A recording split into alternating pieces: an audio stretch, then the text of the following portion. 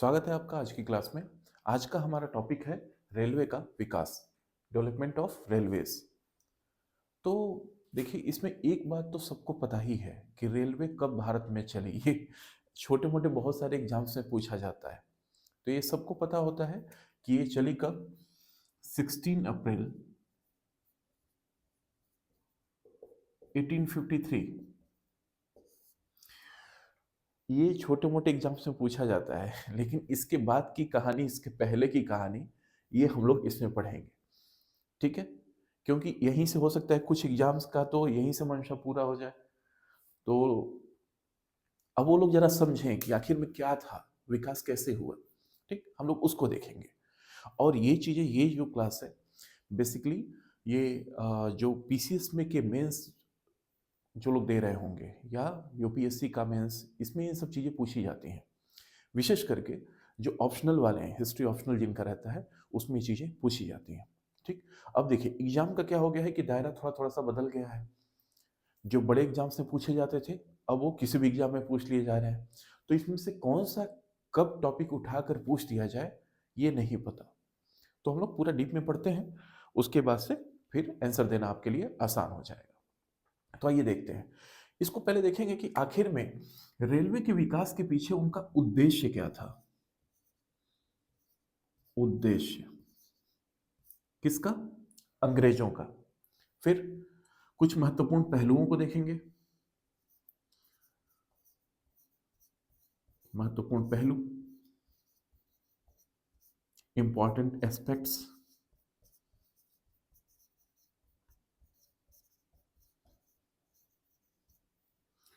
Objectives क्या थे, उसके बाद से इसका फिर परिणाम क्या हुआ। ठीक, ये सब जब हो गया तो इसका प्रभाव क्या रहा, तो हम लोग उसको देखेंगे। प्रभाव क्या रहा। अब प्रभाव में तो पॉजिटिव भी इफेक्ट हो सकता है, नेगेटिव भी हो सकता है, तो हम इन दोनों पहलुओं को देखेंगे उस समय। तो इन इन मुद्दों पर हम लोग बात करेंगे। ठीक, देखिए उद्देश्य क्या रहा होगा अंग्रेजों का। आखिर में रेल लाइन चालू करने के पीछे उनकी मंशा क्या रही होगी, क्यों चालू किया गया। तो जरा समझिए, जिस समय रेलवे लाइन भारत में चालू हुई, उस समय अमेरिका में गृह युद्ध चल रहा था। अमेरिका का में गृह युद्ध का मतलब, गृह युद्ध मतलब घर का युद्ध, मतलब अमेरिका में आपस में ही युद्ध चल रहा था, गोरे और कालों का। तो अमेरिका का, संयुक्त राज्य अमेरिका का जो दक्षिणी वाला भाग था, वहां से कपास जाता था, जिस इंग्लैंड, और उससे भाई उनको सूती वस्त्र बनाते थे। अब गृह युद्ध के चलते वहां का कपास आना बंद हो गया। उनको चाहिए था एक ऐसा क्षेत्र जहां से कपास आ सके सस्ते में। तो अपने भारत के महाराष्ट्र का क्षेत्र उनको लगा कि इसकी भी जलवायु और मिट्टी ठीक वैसी ही है जैसे अमेरिका में के दक्षिणी भागों में। ये भी था। दूसरा, उनका मुख्य उद्देश्य और क्या रहा होगा कि अपने साम्राज्यवाद की जो उनकी सोच थी, साम्राज्यवाद मतलब अभी अपने साम्राज्य को बढ़ाने की बात है। तो साम्राज्यवाद की सोच में किस तरह से उसके आर्थिक, जो उसके आर्थिक पहलू हैं, मतलब उनके आर्थिक हित हैं, उनको कैसे साधा जाए, उनके राजनीतिक हित को कैसे साधा जाए, और सैनिकों के हित को ध्यान में रखते हुए ये रेलवे का विकास किए। तो इसका मतलब क्या है, जरा देखिएगा। वो लोग सोचे कि रेलवे का विकास हम लोग जरूरी इसलिए है क्योंकि वो टाइम, अभी उस समय की मांग थी, अंग्रेजों के लिए वो समय की मांग थी। क्यों समय की मांग थी, जरा ये भी समझिएगा कि उस समय ब्रिटेन में क्या हो रहा था, औद्योगिक क्रांति। और औद्योगिक क्रांति मतलब उद्योगों से संबंधित तो है ही। अब उसमें बहुत ज्यादा रॉ मटेरियल, मतलब कुछ ऐसे सामान जिसको ले जाकर, जैसे अगर मान लीजिए एक बर्तन बनाना है लोहे का, तो उसमें लोहा तो चाहिए। तो वो क्या हो गया, रॉ मटेरियल, लोहा हो गया रॉ मटेरियल। अब वहां पर ले जाएंगे और उसको, उस लोहे से कलपुर्जे बनाए जा सकते हैं, नट बोल्ट बनाए जा सकते हैं, बड़े बड़े इंजन बनाए जा सकते हैं। तो जो यहाँ से लोहा लेकर गए, वो क्या हो गया, रॉ मटेरियल हो गया। तो उनको रॉ मटेरियल भी भारत से लाना था। ऐसे ही सूती वस्त्र के लिए कॉटन, कपास उनको उनको चाहिए था। उनको जूट चाहिए था। अब इन सब चीजों को भारत के बाजार से ले जाना है, इसका मतलब उन्होंने अपने आर्थिक हित साधने के लिए किया। आर्थिक हित। दूसरा, सैनिक हित। सैनिक हित का क्या मतलब है? जब ये सब चीजें हो रही थी तो जाहिर सी बात है भारत में भी विद्रोह हो रहे थे, हम लोग पढ़ेंगे आगे उनको भी, जैसे किसान विद्रोह भी हुए और भी जैसे जनजाति विद्रोह, बहुत सारे विद्रोह भी हो रहे थे। अब उन विद्रोहों को दबाने के लिए उनको सेना तो चाहिए थी। अब सेना को यदि द्रुत गति से भेजना है, तेजी से भेजना है, तो उस समय इतने अच्छे रोड थोड़े ही थे। उस समय नितिन गडकरी जी तो थे नहीं कि रोडों का जाल तुरंत बिछा देंगे। उस समय तो इतने, भाई जब रोड नहीं होंगे तो दूसरा ऑप्शन क्या है? दूसरा ऑप्शन ये है कि रेल लाइन बिछाई जाए।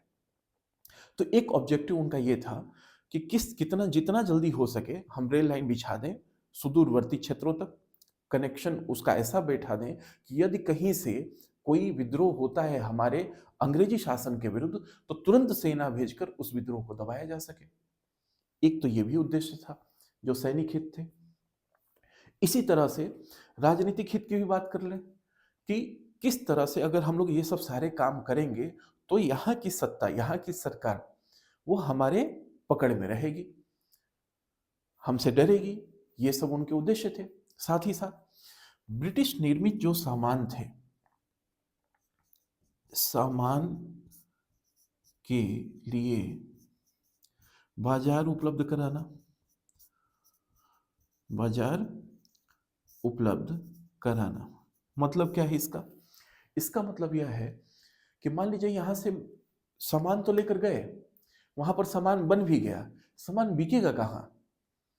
अब सब कुछ तो एक बड़े बड़े क्षेत्र, बड़े बड़े शहरों में तो बिक, मतलब मान लीजिए वहां बिक जाएगा, लेकिन सुदूरवर्ती भी तो क्षेत्र हैं। ऐसा तो है नहीं कि एकदम मुख्य जो शहर हैं वहीं पे बिकेगा, बाकी की जगह कहाँ गई? इसलिए उनको लगा कि यदि रेल लाइन बिछेगा तो यहां से हम सामान तो, रॉ मटेरियल तो लेकर जाएंगे, साथ ही साथ वहां के निर्मित सामानों को यहां पर दूर दूर के क्षेत्रों तक ले जाकर बेच सकते हैं।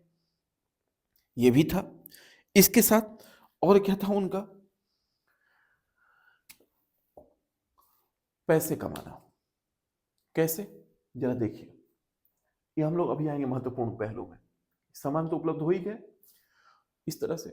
अब देखिए क्या हुआ कि लगभग 350 करोड़ रुपए खर्च किए गए थे।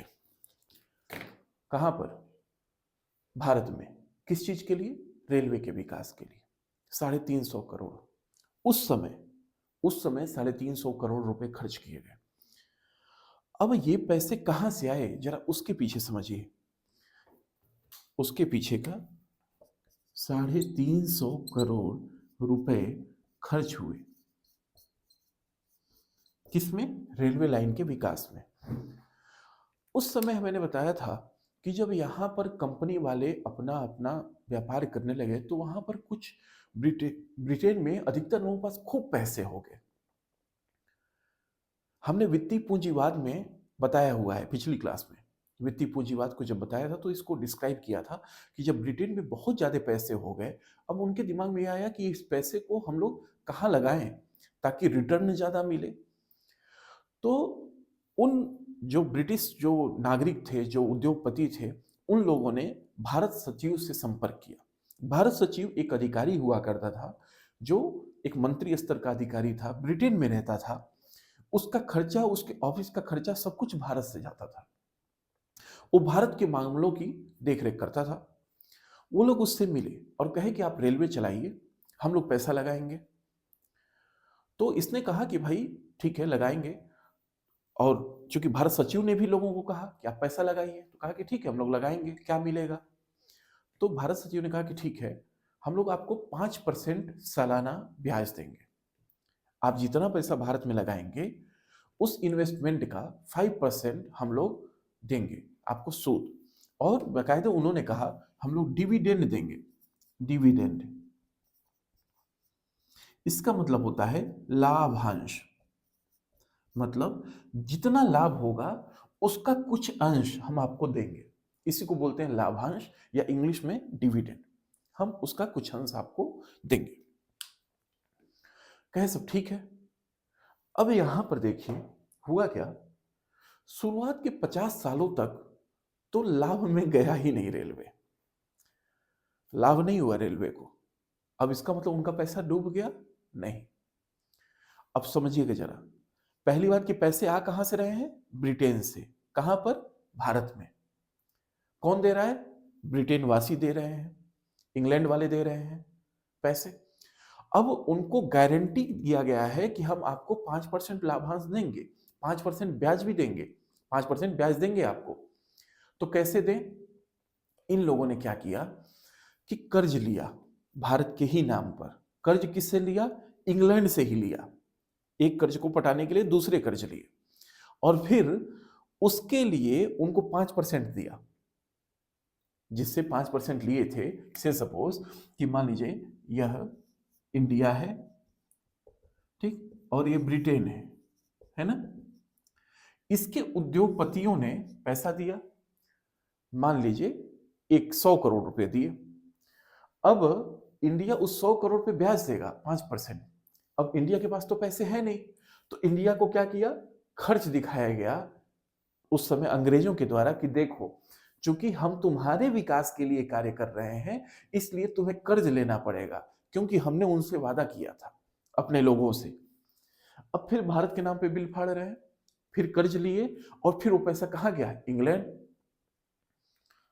और दूसरी चीज, एक चीज और देखिए यहां पे क्या हुआ।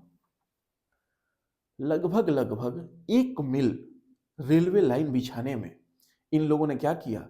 अब फिजूल खर्ची तो करेंगे, क्योंकि उनको पता है कि हमको पैसे तो हमारे डूबेंगे नहीं, अपने भाई बंधु हैं वो हमारा पैसा तो दे ही देंगे। उनको ये भरोसा तो था। अब उन्होंने क्या किया? उन्होंने क्या किया कि 1 मील पे जो खर्च लगता था खूब ज्यादा किया, या कहिए कि ज्यादा दिखाया। कैसे? उस समय का एक आंकड़ा था, 1 मील सड़क बनाने में, 1 मील रेल लाइन बिछाने में, रेल लाइन बनाने में लगभग 30,000 पाउंड लगा। 30,000 पाउंड खर्च हुए। बल्कि वही 1 मील जो रेल लाइन बिछाने में इंग्लैंड में केवल 9,000 रुपए लगते थे। इसका मतलब 3 गुने से भी ज्यादा, लगभग 4 गुने के बराबर जो रेल लाइन बिछाने में यहां पर इंग्लैंड में 9,000 रुपए, 9,000 पाउंड लगते थे 1 मील की। 1 मील मतलब मान लीजिए 1.6 किलोमीटर होता है, 1.5 किलोमीटर से थोड़ा सा 100 मीटर ज्यादा। उतना दूर बनाने में वहां पर 9,000 पाउंड और भारत में 30,000 पाउंड। तो सोचिए उन लोगों ने कितना ज्यादा फिजूल खर्ची दिखाया। दूसरी बात, उस समय जब भारत में रेलवे का विकास हो रहा था, उस समय इंग्लैंड के और भी उपनिवेश थे।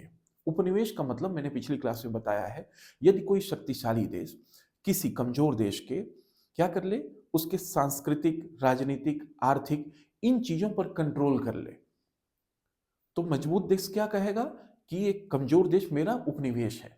तो इंग्लैंड वाले देखिए हैं छोटे से, लेकिन उस समय अमेरिका को भी उपनिवेश बनाए थे।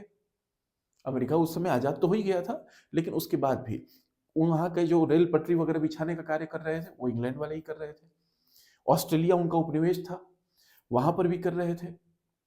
ऐसे ही कनाडा उनका उपनिवेश था, वहां पर भी कर रहे थे। लेकिन वहां पर इन लोगों ने एक भी गारंटी नहीं लिया था कि हम आपको 5% ब्याज देंगे। वहां पे कहा गया था ठीक है भाई, आप लगा रहे हो, जो लाभ होगा उसका परसेंटेज देंगे। ये बातें हुई थी। अब यहां पर इसके साथ ही साथ फिजूल खर्ची तो हुई ही, साथ ही साथ और क्या किया गया, जितने इसके कल पुर्जे थे रेलवे लाइन में बिछाने में या स्टीम इंजन जो भी लाने में, इंजन वगैरह, ये सारा कुछ कहां से लाया गया? इंग्लैंड से। अगर एक छोटा सा भी पार्ट लाना होता था, ये भी ये लोग कहां से लाते थे? इंग्लैंड से। अब जरा यह समझिए कि वह सब चीजें अगर यहां बनती तो क्या होता? यहां पे उद्योगों का विकास होता। लेकिन उनकी मंशा ही नहीं थी कि यहां पर उद्योगों का विकास हो। अब मंशा क्यों ही होगी? क्योंकि अब वहां से नट बोल्ट या तो भी जो भी चीजें कह लीजिए उसके कल पुर्जे यदि इंग्लैंड से आएंगे तो इंग्लैंड को इस तरह से भी तो फायदा होगा। ये सब चीजें भी थी। यह सब महत्वपूर्ण पहलू थे। अब इसका प्रभाव क्या पड़ा? प्रभाव प्रभाव में देखिए दोनों चीजें हो सकती हैं, पॉजिटिव इफेक्ट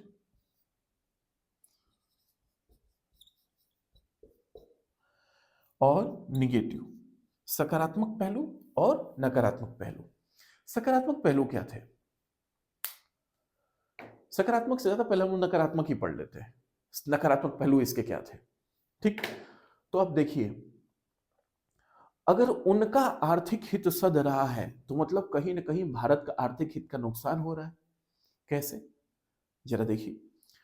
अब बताइए उन लोगों ने क्या किया कि भारत के, मान लीजिए ये भारत के सुदूरवर्ती क्षेत्र, जैसे मान लीजिए ये अगर मद्रास का ये क्षेत्र है, यहां से वो लोग कॉटन लेके जा रहे हैं और इनको यहां से भी कुछ सामान लेना है, मान लीजिए मध्य प्रदेश से, यहाँ से, अवध से, कुछ असम से, अलग अलग क्षेत्रों से।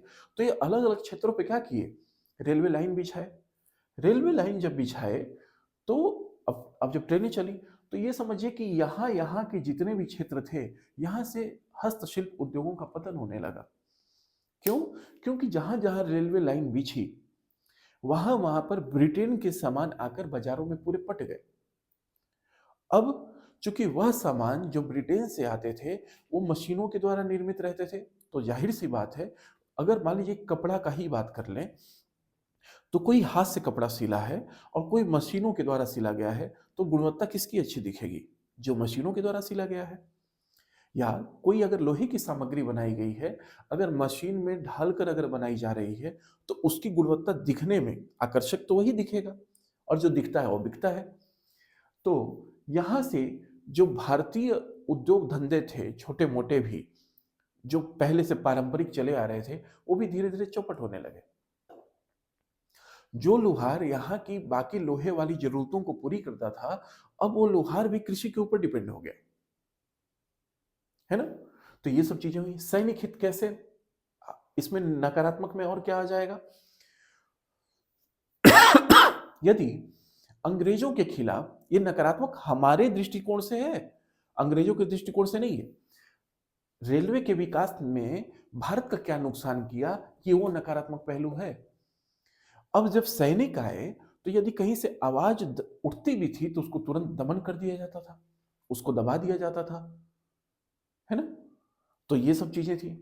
तीसरा, अब ये, ये सब चीजें जब हुई तो अब इसका इफेक्ट एक और भी पड़ा। भारत में कृषि का वाणिज्यीकरण होने लगा। कृषि का वाणिज्यीकरण,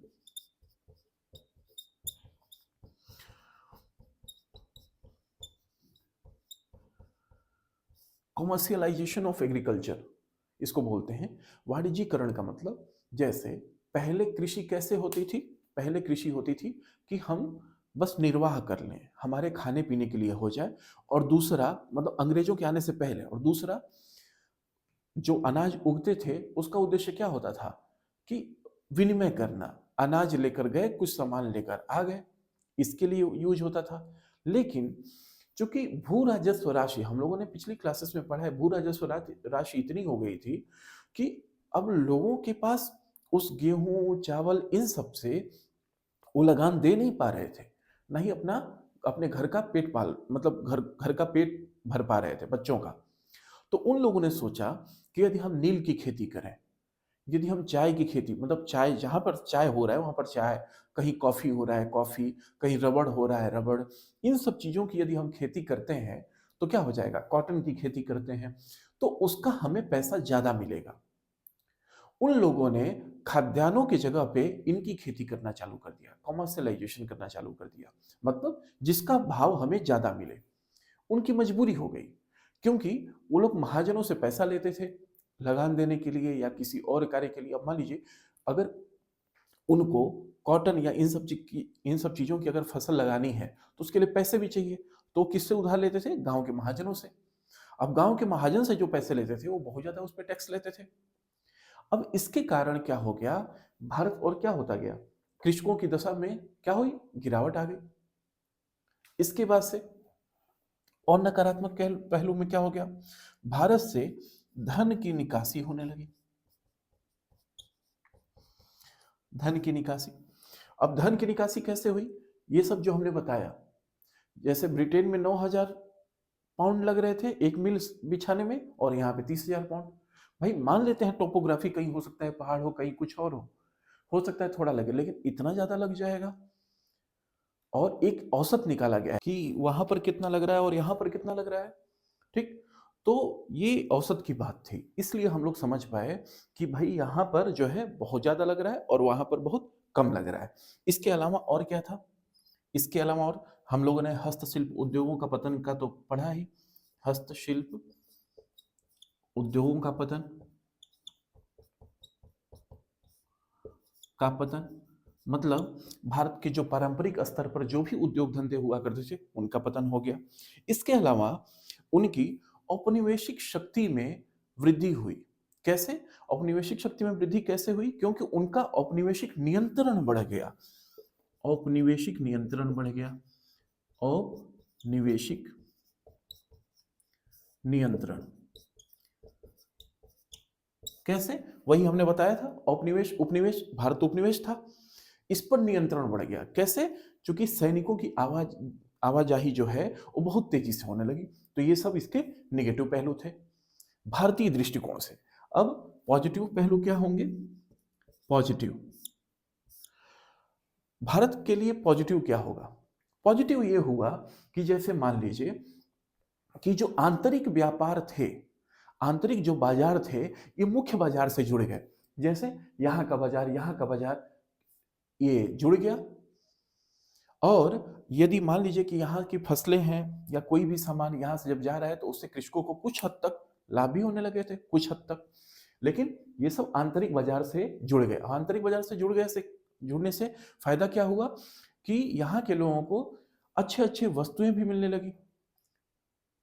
अब जैसे मान लीजिए क्या होता है, कई बार एक और फायदा हुआ कि जैसे मान लीजिए कुछ सामान बन रहे हैं कि यहाँ पर महाराष्ट्र में, और कोई मान लीजिए ले जाने के लिए साधन ना हो दिल्ली में, मान लीजिए यहाँ दिल्ली में उसको सामान लेकर जाना है, वह केवल बन रहा है महाराष्ट्र में, ले जाने का कोई साधन नहीं है। तो होगा क्या, होगा क्या कि यहाँ के लोगों को वो वाली वस्तु मिलेगी ही नहीं, या तो मिलेगी तो बहुत ज्यादा रेट पे मिलेगी। अब रेलवे के विकास ने क्या कर दिया कि भाई यहाँ पर भी सामान लेकर जाना है तो बहुत आसानी से चला जाएगा, यहाँ के लोगों को भी यहाँ का निर्मित सामान मिल जाएगा। एक तो ये फायदा हुआ। इसके बाद से एक बहुत बड़ा परिवर्तन एक और हुआ, सामाजिक परिवर्तन। सामाजिक परिवर्तन, सामाजिक परिवर्तन में क्या हुआ, छुआछूत में कमी आई।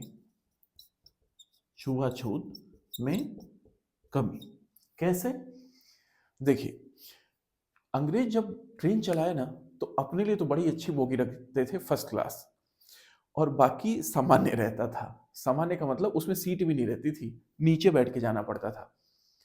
अब उसमें जो भी कहने के लिए सो कॉल्ड जो उच्च वर्ग उसमें हुआ करते थे, वह मान लीजिए बैठ रहे हैं, बगल में कोई और भी बैठ रहा है, जिनसे कल को वो टचेबिलिटी वाला चीजें निभाते थे, मतलब कि नहीं कहीं छुआछूत ना हो जाए, कहीं ऐसा ना हो जाए, वो भाई साहब उनके बगल में बैठे हुए हैं। अब मान लीजिए ये भाई साहब को भूख लगी, जो छुआछूत करते थे बाहर में ट्रेन के नीचे, और सफर है लंबा, अब होगा कैसे, कितने देर तक, और इनके पास जिनसे छुआछूत की भावना थी उनके पास खाने पीने की चीज है, कब तक ऐसे रह लेंगे, है ना।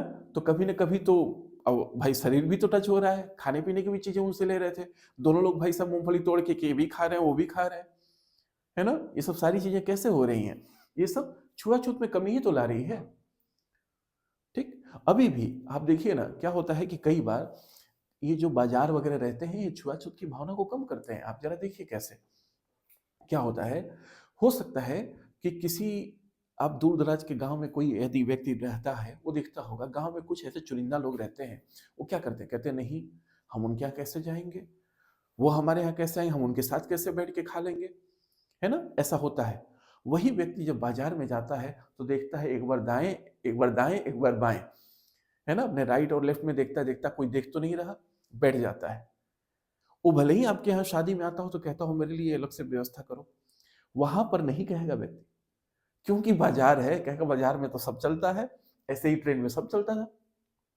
ठीक, तो ट्रेन आने से भारतीय नजरिए से यदि देखा जाए तो छुआछूत की भावना जो थी ये थोड़ी सी कम हो गई, क्योंकि अब जो आने लगे कहे कि अब एक बार तो हो ही गया तो क्या फायदा, जो एक बार बाहर जाकर होटल में खा ही लिया तो फिर कहे कि चलो अब एक बार खा ही लिया, एक बार और सही, है ना, ये सब चीजें। इसके अलावा विचारों का आदान प्रदान हुआ, विचारों का आदान प्रदान, आदान प्रदान कैसे, आप लोग खुद देखे होंगे, मान लीजिए आप किसी पर्टिकुलर जगह में रहते होंगे, वहां की वहां का जो कल्चर है वो अच्छा लग रहा है, अभी तक आप यहीं पर हैं, हो सकता है कल को कहीं और जाएं आप, जैसे मान लीजिए आप दिल्ली में हैं और दिल्ली से हो सकता है आप राजस्थान जाएं, हो सकता है आप असम जाएं, हो सकता है आप केरल जाएं, तमिलनाडु जाएं। अब वहां पर कुछ चीजें आपने देखी, वो चीजें अच्छी लगी, तो हो सकता है वो आप अपने साथ इंप्लीमेंट करना चाहेंगे, हो सकता है कोई अच्छा डिश दिख जाए, है ना, हो सकता है कुछ अच्छा परिधान दिख जाए, वस्त्र दिख जाए, आप गए तमिलनाडु, वहां से कांजीवरम की साड़ी देख लिए, हो सकता है वहां से वो लाए। और यहाँ का जैसे मान लीजिए कई जगह पर ऐसा होता है कि लड़कियों को नहीं निकलने दिया जाता है, वही जब लोग शहरों में आदमी जब आते हैं तो देखते हैं कि भाई यहाँ पे तो लड़कियां जैसे लड़के काम कर रहे हैं वैसे लड़कियां भी काम कर रही हैं, क्या दिक्कत है। तो थोड़ा सा विचारों में परिवर्तन होता है, यह काम किया रेलवे ने। आप हो सकता है कि अलग अलग क्षेत्र के लोग एक साथ कहीं जा रहे हों, ये गए दूसरे जगह का देखे, अच्छी चीजें ले आए, कोई दिक्कत ही नहीं हुई, तो ये बहुत बड़ा परिवर्तन हुआ। इसके साथ ही साथ और कुछ परिवर्तन हुआ, बस यही कि विदेशी ये जो आंतरिक व्यापार थे ये जुट गए। तो ये सब था रेलवे के विकास से संबंधित ये टॉपिक। अब देखिए इसमें क्या होता है, अधिकतर ये चीजें पूछी जाती है यूपीएससी का हिस्ट्री ऑप्शनल जिसका रहता है उसमें, या हो सकता है उसके मेंस में पूछते कि भारत में रेलवे के विकास के विभिन्न पहलुओं को बताइए, आप बता सकते हैं इन सब सारी चीजों को। अब जब आप आंसर राइटिंग करते हैं तो उसमें लास्ट में एक कंक्लूजन लिखना होता है कि ठीक है, चूंकि अब उसमें कंक्लूजन में क्या लिखा जाए, कंक्लूजन में एक संतुलित आंसर लिखना होता है। तो देखिए अंग्रेजों के नजरिए से वो ये कहते थे कि हम रेलवे का विकास इसलिए कर रहे हैं ताकि आप आपके देश के लिए कर रहे हैं, आपके लोगों के लिए हितकर होगा, आपकी आवाजाही आसान होगी। हम रोड का विकास इसलिए कर रहे हैं, पीडब्ल्यूडी हम इसलिए बना रहे हैं ताकि आप लोग के लिए आसानी होगी आने जाने में। ठीक है, वो तो हम मान लेते हैं वो होगी, लेकिन कहीं ना कहीं इसमें उनका जो औपनिवेशिक हित था वह साधने की कोशिश थी। कहीं ना कहीं वो अपने साम्राज्यवादी दृष्टिकोण को बढ़ाना चाहते थे, फैलाना चाहते थे, और उसमें रेलवे को एक टूल की तरह से वो इस्तेमाल कर रहे थे। और इसी की तरह से, इसी से ट्रेन के ही रेल चलाकर ही इसके से भारत से धन की निकासी उन लोगों ने खूब जमकर किया। तो ये सब पहलू हैं, ये सब चाहे तो आप अलग अलग चीज़ों को उस तरह से लिख सकते हैं। कहीं मान लीजिए मेंस में ऐसा होता है कि बहुत सारे आंसर बहुत कम समय में लिखने पड़ते हैं, अगर समय नहीं हो तो फटाफट कम से कम एक इस तरीके का स्ट्रक्चर तो बना ही देना चाहिए, हर एक पहलू को पॉइंट नुमा, ताकि लोग देखें। ठीक है, आंसर जो चेकर है वो कम से कम देख तो लें, समय कम है तो, और अगर समय है तो आप डिस्क्राइब कर सकते हैं। ठीक, तो ये था रेलवे के विकास का क्लास, है ना। आज के लिए इतना ही, थैंक यू सो मच।